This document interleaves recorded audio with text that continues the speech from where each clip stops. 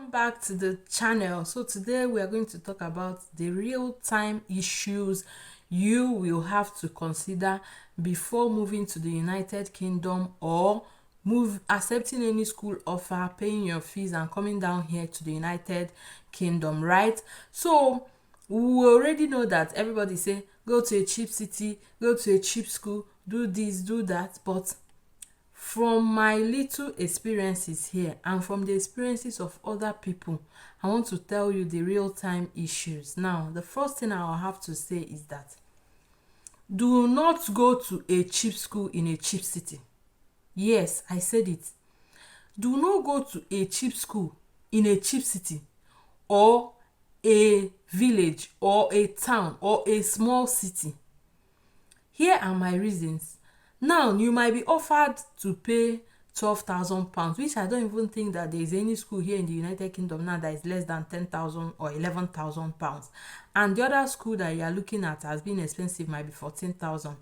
You go to a school in a city that do not have jobs. No jobs. You can't find anything to do. Presently, United Kingdom is facing a lot of recession, inflation, a lot of things are happening. Do you know the real citizens of this country are going out to do care jobs? They are going out to do warehouse job.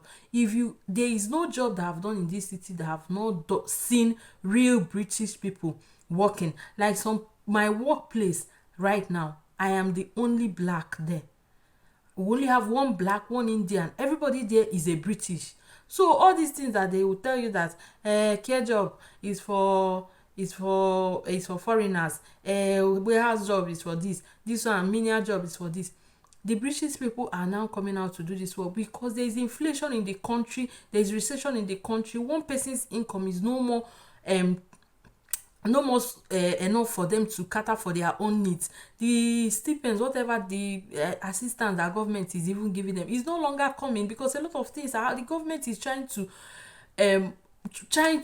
get itself back again after coronavirus. So you that is coming is no longer business as usual. You see, all these jobs that you normally do as students are being competed with the locals now. So you going to a city that the jobs are few and you have to compete with the locals, the fact is that they will always take them over you and you will find yourself not doing work. I have someone that have not worked for 3-4 months since arriving in this country because they cannot find work. Even when they go to the town close to them, it's still a small town, there is still no work. Somebody has to move from University of Hull the other day to Leeds to work and had to be sleeping on the train station every day. He finished the work, to the next day he will go to work because he could not find accommodation until he had to cry out for help to ask, are there people, students that can accommodate him in Leeds University for him to be able to go for the work and know whether some money will enter his hand, because where he is presently he cannot work. So please stop going to all those small cities, stop going to all those cheap cities, stop going to it's better that you have £14,000 to pay and you are working hard and you are seeing the money and you are paying it, than you have £12,000 to pay or £10,000 to pay and at the end of the day you will not even see work to get £1,000. Which one is better? It's not better you see work, pay for the work, do the work and pay your bills and live fine, than you not seeing work at all? You are ready to work but you are not seeing work. That's the first thing I will say. The second thing is, stop paying 1,000, 2,000 deposit and coming to this country, please. Even if the university is offering you that the payment, the deposit is just £500, it's just £1,000, it's just £200, then the school fees is maybe £14,000, £12,000, and you will not accept it and come down here and you want to work £10,000 in 6 months, in 9 months, in 3 months, you cannot do it. You can't. It's not possible. Even if you come with your spouse, your spouse is working, you are working, you will not get £10,000 in 3 months. Whoever that is telling you that is lying to you. Please pay as much fees as possible. If you have to borrow, it's better for you to borrow in naira and pay in pounds. Yes, if you borrow somebody 5 million naira now in naira and use it and pay your fees. You come here, you make pounds, that is about 5,500 pounds. You have paid that person back, but you have a less stress on your head, and you have better clear mind to think of better things. Please stop paying 1,000 pounds coming to this country. Stop paying 2,000 pounds. Stop paying anything less than 5,000 pounds. Even when nobody gave me this advice, I told myself that I was not going to pay anything less than 50% of my fees before leaving my country, and glory be to God, I was able to pay 60% of my fees. Presently I have 5,300 to pay, which is just 40% of my fees, but still it's not easy to raise the 5,300. I will still come to this channel and make a video when I'm able to raise and pay it, and tell you how I was able to do it. The third one is study your payment plan.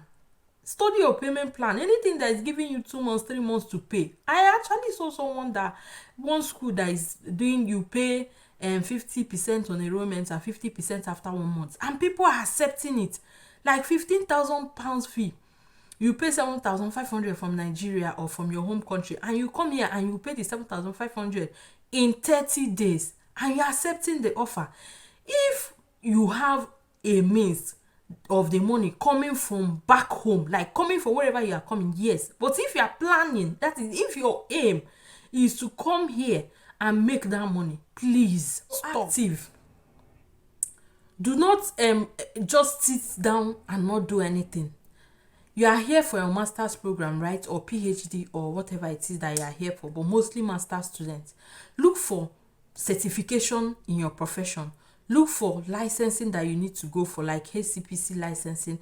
Look for internship programs that you need to do in your profession. Do the right things. Like from the first day, from back home in Nigeria, from back home, from any country that you are coming from, do your research. As they are accepting the course, paying your school, getting your, also do the research of what you need to do for you to get into this profession that you are trying to do masters on. Once you get into the country and be able, at least give yourself 3 months to do a little bit of settling down, you will not be fully settled.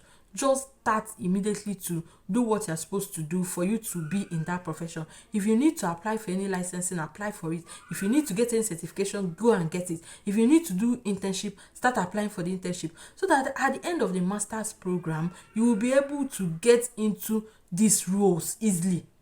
Not like they are putting up job adverts and you see yourself you are not qualified in any way. It's not just about the masters. They also need experience. They also need to know that you have been able to do this thing and you can do it. They can trust you to do it. So we know that most times we take up jobs that do not have any career improvement just because we want to survive, right? Now, you need jobs that are towards your career. So what do? You look for internships. You look for volunteering jobs. These are things that you are supposed to have at your subconscious mind while coming. Except maybe you are just here to do your masters and take the masters back home to your home country and continue your career progression. Fine. But if you know that you are here for the long-term goal, which I know more than 70% of people coming in as international students, that is their goal. This is what you have to be mindful of. I have so many things to say, but I don't want this video to be long. I hope this has been helpful. Remember to subscribe, because this channel, you will always get the right tips to the right things.